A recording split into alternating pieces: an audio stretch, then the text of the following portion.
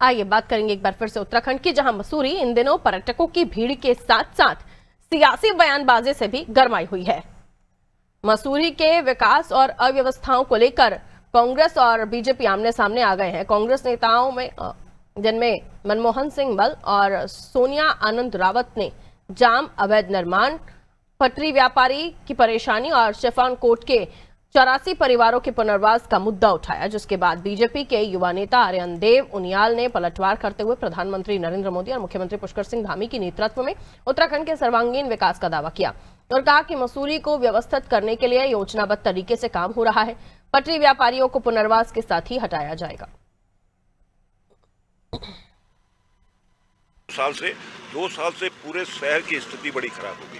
फिर ये रख रखाव के लिए पालिका ने पीडब्ल्यू को दे रखी है। आप देखेंगे कि जहां तक तारकोल है वहां तक व्हाइट पट्टी मान दी, जबकि कभी माल रोड में ऐसा नहीं हो। माल रोड आर पार है, जितनी भी है उससे ये संकेत मिलता है पर्यटकों को कि शायद जो व्हाइट पट्टी है इसके बाद जो है ये पार्किंग का स्थल है और पार्किंग होती है। न शासन प्रशासन, स्थानीय प्रशासन कोई और विशेष ध्यान नहीं दे रहा। आज माल रोड की स्थिति है कि आपने मेरे को 11:30 बजे का टाइम दिया, हमने गाड़ी मंगाई, मैं यहाँ पर 12:15 बजे पहुँचा हूँ।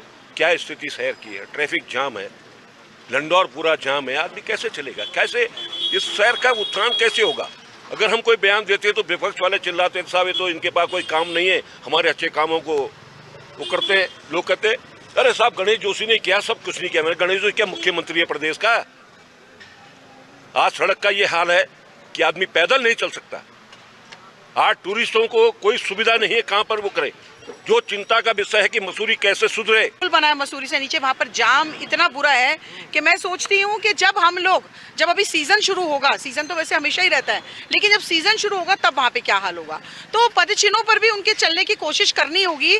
जो अभी मौजूदा सरकार है, मौजूदा मंत्री जी हैं, उनको किसी की बात ही नहीं समझ में आ रही है। हम तो बोल ही सकते हैं और जब हम बोलते हैं तब इनको कड़वा लगता है। तो हम तो आए हैं, तो हम तो इस महामानव के आगे खड़े होकर के हाथ जोड़ करके प्रार्थना कर रहे हैं भाई जोशी जी से कि जोशी जी कम से कम यहाँ पर इतनी जो परेशानियां हैं उसके ऊपर गौर नजर कर लीजिए। अगर गाड़ी से उतर गए हों आप नीचे और हवाई जहाज से आप नीचे उतर गए हों, लेकिन उनको सुनाई नहीं दे रहा है। तो मैं ये बोलना चाहूँगा, सबसे बड़ी अदालत जनता होती है समाज की, और नेताओं को भी आईना जनता दिखाती है।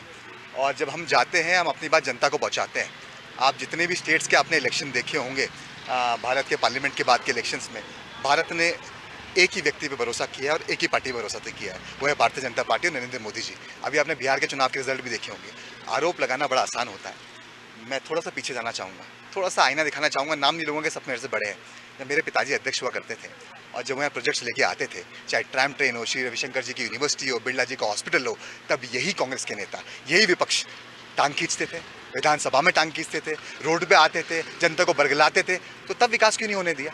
और आज जब हमारी मीरा सकलानी जो यहाँ के अध्यक्ष है, 1 साल चुनाव उनको हुआ है, आपने तो 15-15 साल राज किया, आपने तो 10-10 साल राज किया, तो इतने विचलित क्यों हैं?